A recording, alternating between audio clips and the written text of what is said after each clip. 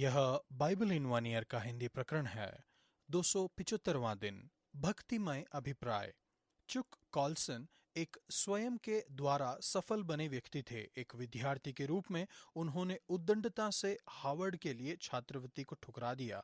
वह मरीन में भर्ती हो गए, अपनी खुद की कानून संबंधी संस्था स्थापित की और राजनीति में चले गए। 40 वर्ष की उम्र में वह एक प्रेसिडेंट निक्सन के नजदीकी सलाहकार बन गए। बाद में उन्होंने अपने आप को एक युवा अभिलाषी राजनीतिक राजा बताया। वाटरगेट कवर अप मामले में वह दोषी ठहराए गए और बंदीगृह में डाल दिए गए। तब उनकी मुलाकात यीशु से हुई। दंड को सुनने के बाद जब वह न्यायालय से बाहर आए, उन्होंने कहा, आज न्यायालय में जो हुआ वह न्यायालय की इच्छा थी और परमेश्वर की इच्छा थी। मैंने अपना जीवन यीशु मसीह को सौंप दिया है और मैं उनके लिए बंदीगृह में और बाहर भी काम कर सकता हूँ। कार्लसन ने यही किया। बंदीगृह से मुक्त होने के बाद उन्होंने बंदीगृह में सहभागिता का प्रबंध किया और तब से हजारों लोगों को मसीह में लाने के लिए उत्तरदायी रहे हैं। एक बार मैंने उन्हें यह कहते हुए सुना, मैं अभिलाषी था और मैं आज अभिलाषी हूँ, लेकिन मैं आज आशा करता हूँ कि यह चुक कॉल्सन के लिए नहीं है। यद्यपि मैं बहुत संघर्ष करता हूँ, लेकिन मैं मसीह के लिए अभिलाषी हूँ। अभिलाषा को सफल होने की इच्छा के रूप में परिभाषित किया गया है। यहाँ पर केवल दो नियंत्रित करने वाली अभिलाषाएं हैं, जिसके लिए बाकी दूसरे का महत्व घट जाता है। पहला है हमारी अपनी महिमा और दूसरी है परमेश्वर की महिमा। भजन संहिता 116 का 1 से 11। परमेश्वर के साथ अपने संबंध के विषय में अभिलाषी बनिए। परमेश्वर के साथ अपने संबंध को नंबर 1 प्राथमिकता बनाइए। भजन संहिता के लेखक की तरह घोषणा कीजिए कि आपकी अभिलाषा है परमेश्वर के सामने चलना। मैं जीवित रहते हुए अपने को यहोवा के सामने जानकर निश्चित चलता रहूंगा। सुनिश्चित कीजिए कि आपका जीवन परमेश्वर के साथ एक प्रेम संबंध पर केंद्रित हो। यह अपने प्राण के लिए विश्राम पाने का तरीका है। यह संबंध बहुत से तरीकों से बनता है जिससे हम परमेश्वर की सहायता का अनुभव करते हैं। भजन संहिता के लेखक याद करते हैं कि कैसे परमेश्वर ने दया के लिए मेरी पुकार को सुना, कैसे जब मुझे बहुत जरूरत थी उन्होंने मुझे बचाया, कैसे परमेश्वर ने मेरे प्रति भलाई दिखाई और कैसे उन्होंने तो मेरे प्राण को मृत्यु से, मेरी आंखों को आंसू बहाने से और मेरे पांव को ठोकर खाने से बचाया है। फिर यह परमेश्वर के सन्मुख चलने की उनकी अभिलाषा है। परमेश्वर, मैं आपसे प्रेम करता हूँ। मैं आज इसे अपनी अभिलाषा बनाना चाहता हूँ और जीवन भर जीवितों के शहर में आपके सन्मुख चलना चाहता हूँ। नया नियम फिलिपियों 3 का 1 से 4 के 1 तक। मसीह के लिए अभिलाषी बनिए। कभी कभी मसीह आश्चर्य करते हैं कि क्या अभिलाषी होना सही है।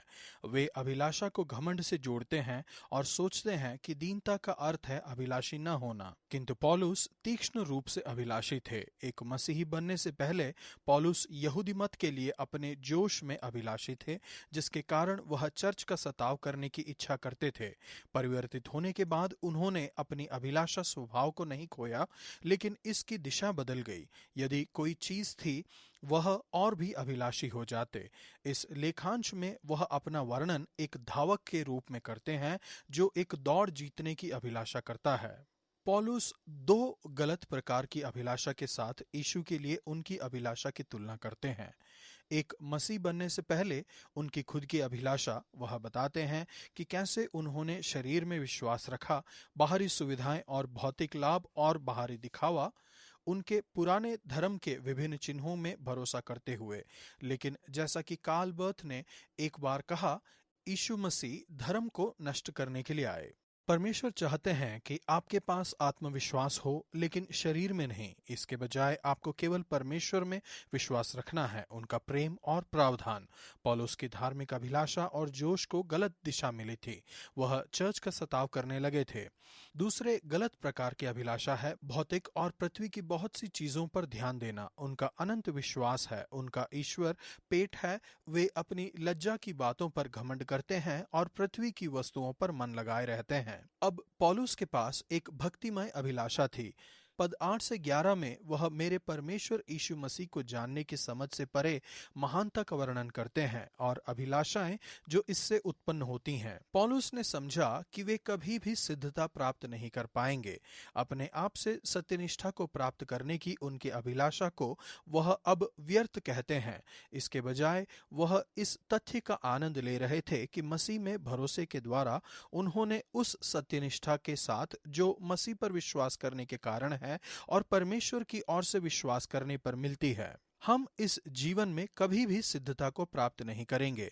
हमारी दुर्बलताएं हमें परमेश्वर पर निर्भर रखती हैं, उन पर और उनके प्रेम और अनुग्रह पर निर्भर रहना।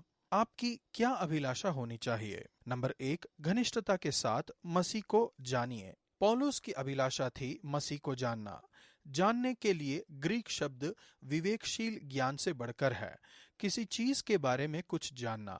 इसके बजाय यह एक व्यक्तिगत ज्ञान है। पौलुस की तरह अपनी अभिलाषा बनाइए कि न केवल मसीह को जानेंगे लेकिन एक व्यक्ति के रूप में उन्हें जानेंगे। नंबर 2, मसीह की पुनरुत्थानी सामर्थ को अनुभव कीजिए। पौलुस बताते हैं कि मसीह के साथ यह घनिष्ठ संबंध कैसा दिखाई देता है।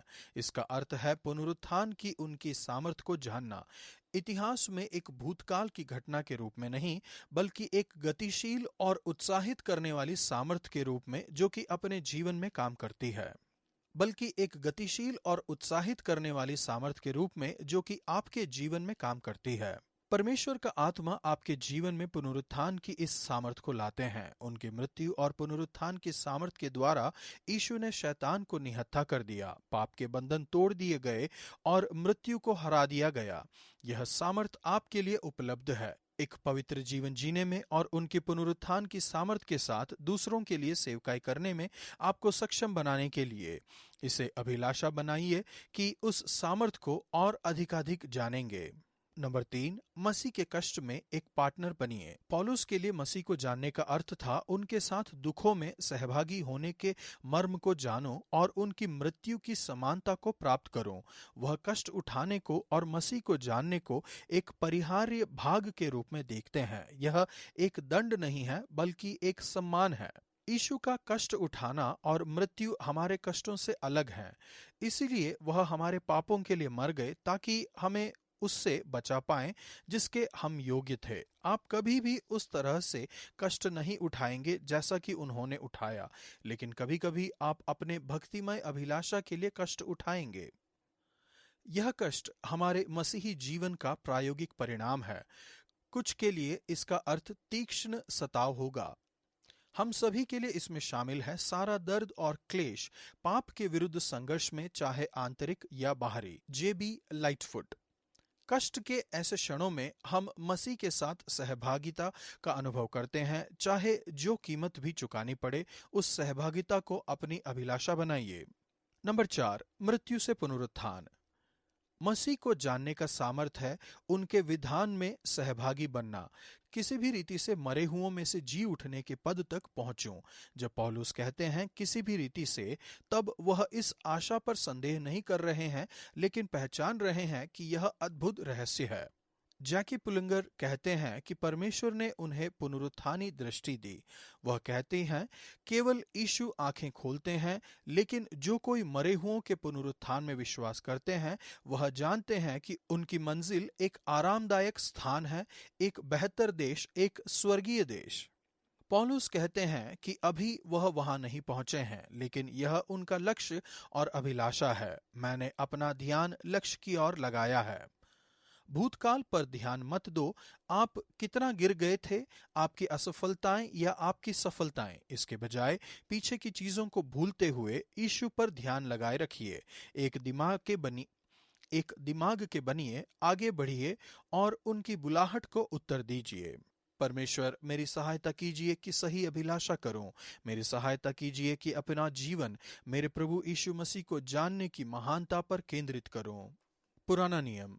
यिर्मयाह 4 का 10 से 5 के 31 तक। परमेश्वर के वचन को बोलने के लिए अभिलाषी बनिए। परमेश्वर यिर्मयाह को शक्तिशाली संदेश का प्रचार करने के एक नए स्तर में बुलाते हैं। मैं अपना वचन तेरे मुंह में आग के समान रखता हूं।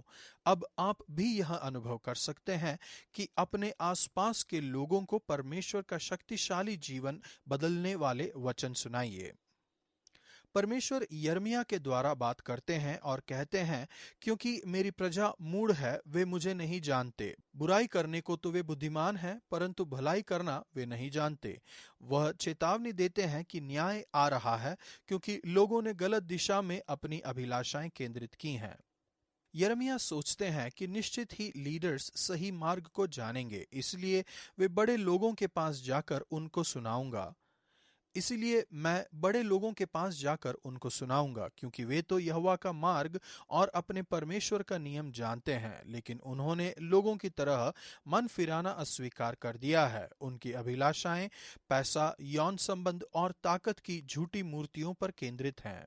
केवल परमेश्वर आपकी गहरी जरूरतों को पूरा कर सकते हैं। परमेश्वर उनसे कहते हैं, जब मैंने उनका पेट भर दिया तब उन्होंने व्यभिचार किया और वेश्याओं के घरों में भीड़ की भीड़ जाते थे। वे खिलाए पिलाए बेलगाम घोड़ों के समान हो गए। वे अपने पड़ोसी की स्त्री पर हिनहिनाने लगे। वह आगे कहते हैं कि उनका घर छल से भरा हुआ है। वे बढ़ गए और धनी हो गए हैं। वे मोटे और चिकने हो गए हैं। यद्यपि वे अमीर और शक्तिशाली थे, वे गरीबों की चिंता नहीं करते थे। बुरे कामों में वे सीमा को पार कर गए हैं। वे न्याय विशेष करके अनाथों का न्याय नहीं चुकाते हैं। इससे उनका काम सफल नहीं होता। वे कंगालों का हक भी नहीं दिलाते। परमेश्वर, होने दीजिए कि मेरे मुंह के वचन आग के समान हों, ताकि दूसरे यीशु मसीह को जानने की महानता का अनुभव कर पाएं। फिलिपियों 3:13। जो बातें पीछे रह गई हैं उनको भूलकर आगे की बातों की ओर बढ़ता हुआ। यह महत्वपूर्ण है कि किसी भी तरह से भूतकाल के द्वारा रुक न जाएं, या तो असफलताएं और निराशाओं के द्वारा या सफलता के द्वारा, जो शायद से हमें अत्यधिक निर्भीक बना देता है। इसके बजाय हमें अपनी निगाहें यीशु पर लगाने की आवश्यकता है। आज का वचन, इस कारण सेनाओं का परमेश्वर यहोवा यों कहता है, ये लोग जो ऐसे कहते हैं, इसलिए देख, मैं अपना वचन तेरे मुंह में आग और इस प्रजा को काट बनाऊंगा और वो उनको भस्म करेंगी। यिर्मयाह 5:14।